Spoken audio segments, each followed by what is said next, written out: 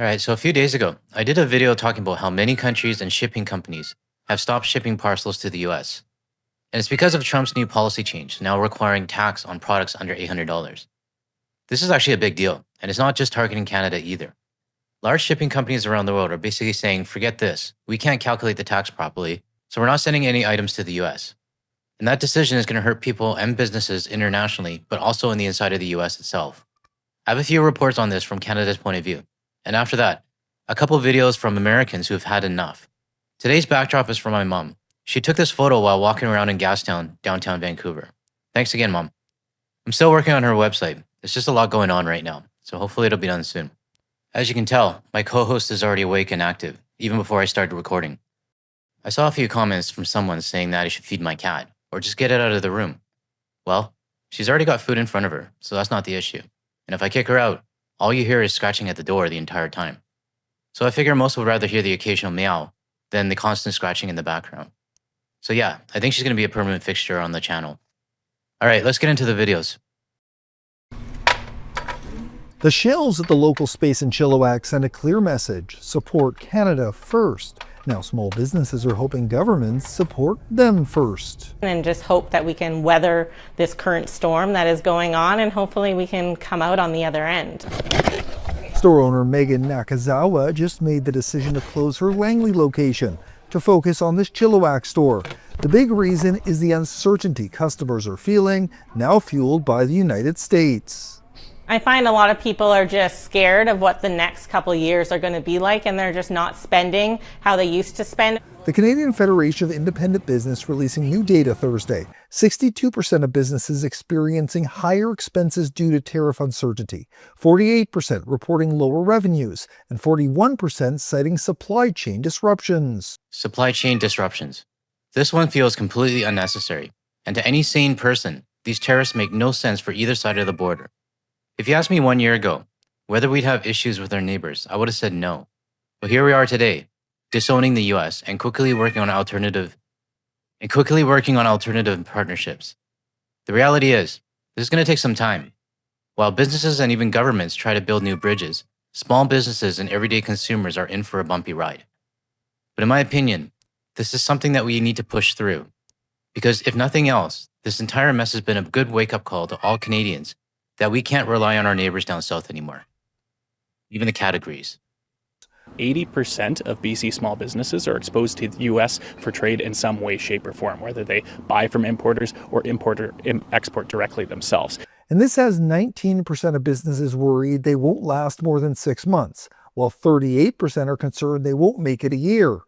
This as businesses still wait for a deal between Prime Minister Mark Carney and President Donald Trump. A bad deal is the worst case scenario, but the next worst thing is the uncertainty. The unpredictability of prices, supply chains, it's all coming to a head with small businesses. And while the Buy Canada trend has emerged, 1/3 of businesses are still reporting they have had orders paused due to tariffs and counter-tariffs. This is why I keep saying we need to support local businesses. Right now, a lot of Canadian businesses that rely on US customers are in jeopardy. They don't even know how to price their products anymore, and if it gets too high, their customers will vanish. It's just like the business I featured a few videos back.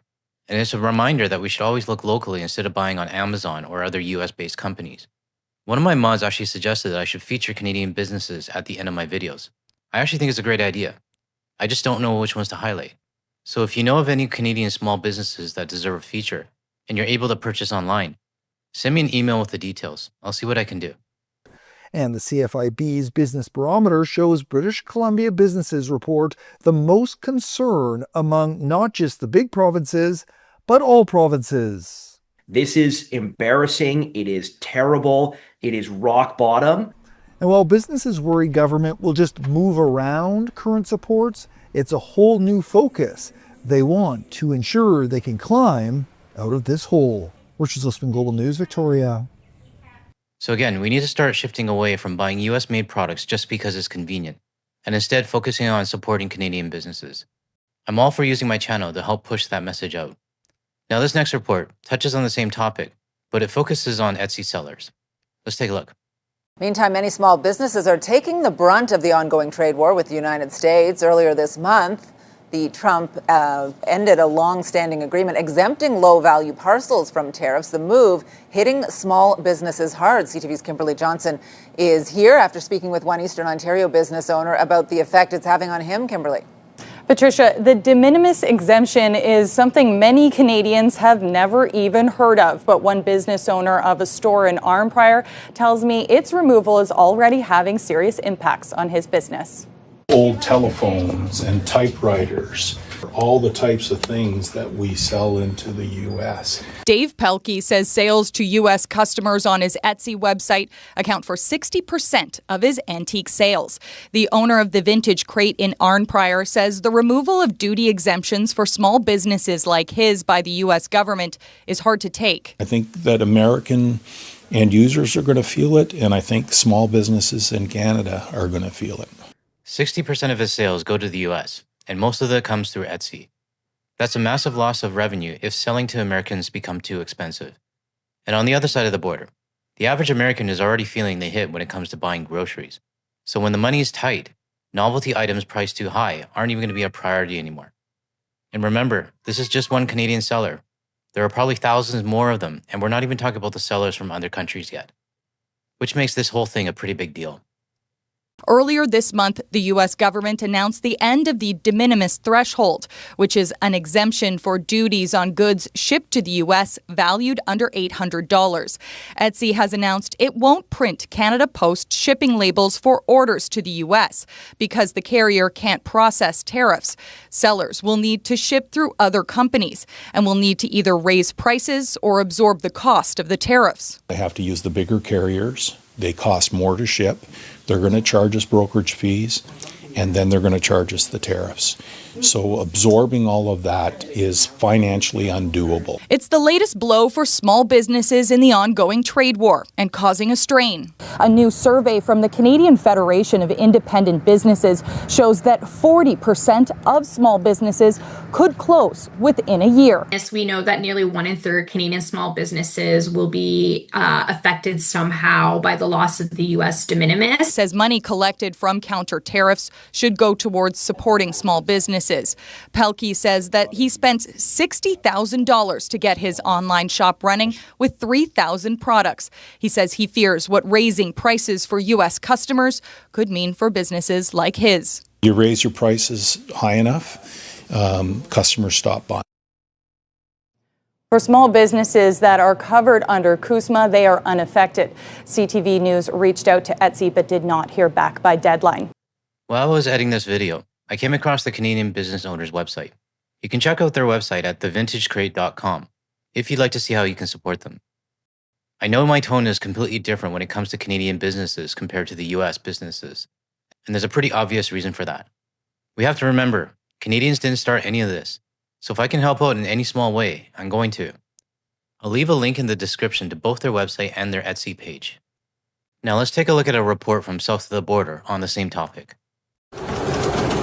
This morning, global mail carriers suspending deliveries to the U.S. amid confusion over new import duties. I won't be able to send you anything. Hopefully we can get this kind of figured out soon. I don't know what you guys are doing over there. Postal services in Australia, India, New Zealand, the UK, and parts of Europe say they will stop shipping parcels to the States before the end of a trade exemption known as de minimis, which since 2016 had allowed goods worth up to $800 to enter the U.S. duty-free.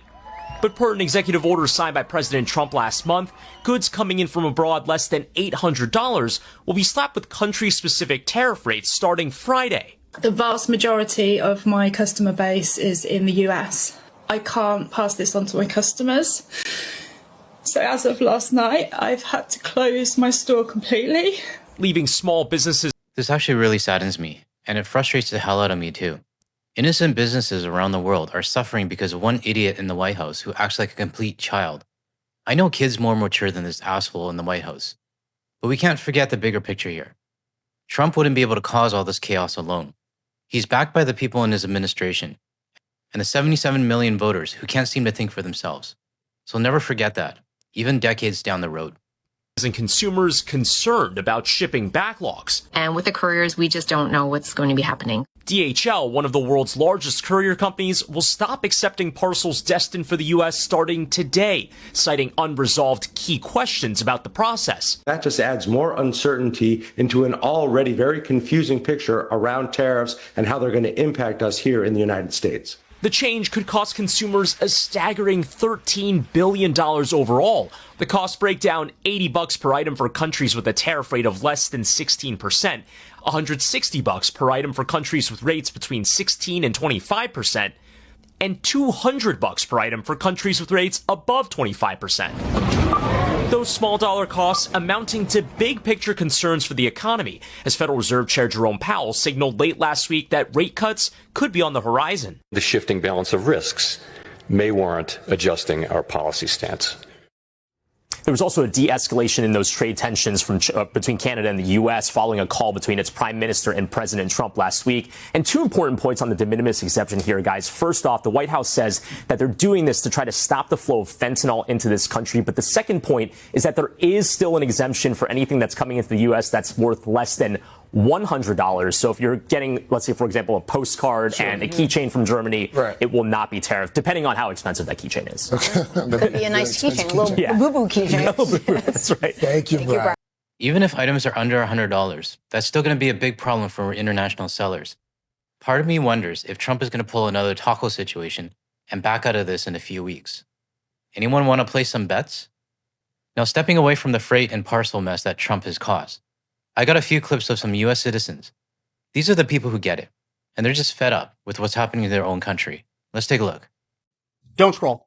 Listen, if you're from somewhere other than the USA, I need your opinion really fast. Okay, so I get a lot of comments from the Republican Party members here saying that the US is the best in the world and people respect us more than ever now.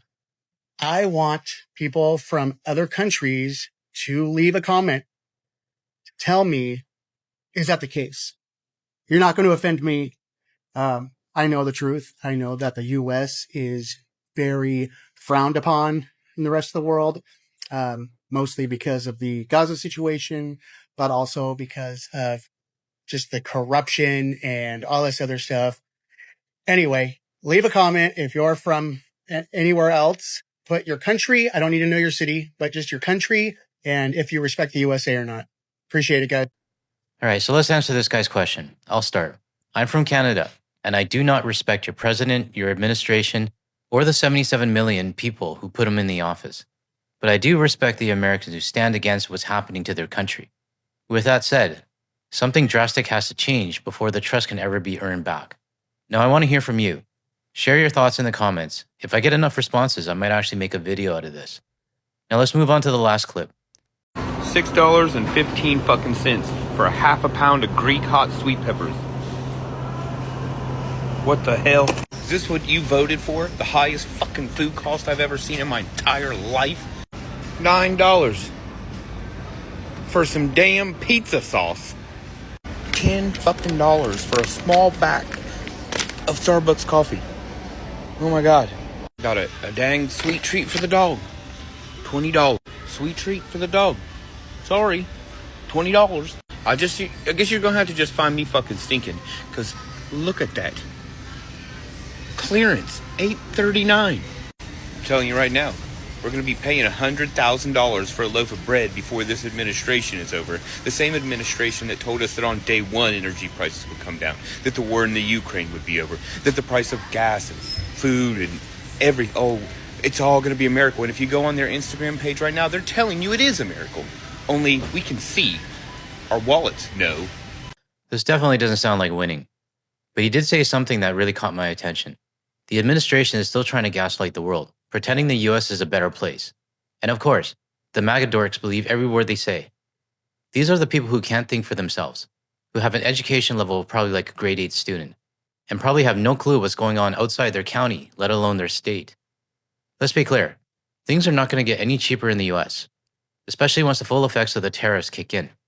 So what's my take on this? Number 1, Trump is an idiot. Number 2, Canadians and pretty much every other country are now affected by this new tax policy. We need to double down on supporting our allies, but most importantly, We need to support our own local businesses. And number 3, the pain is just getting started.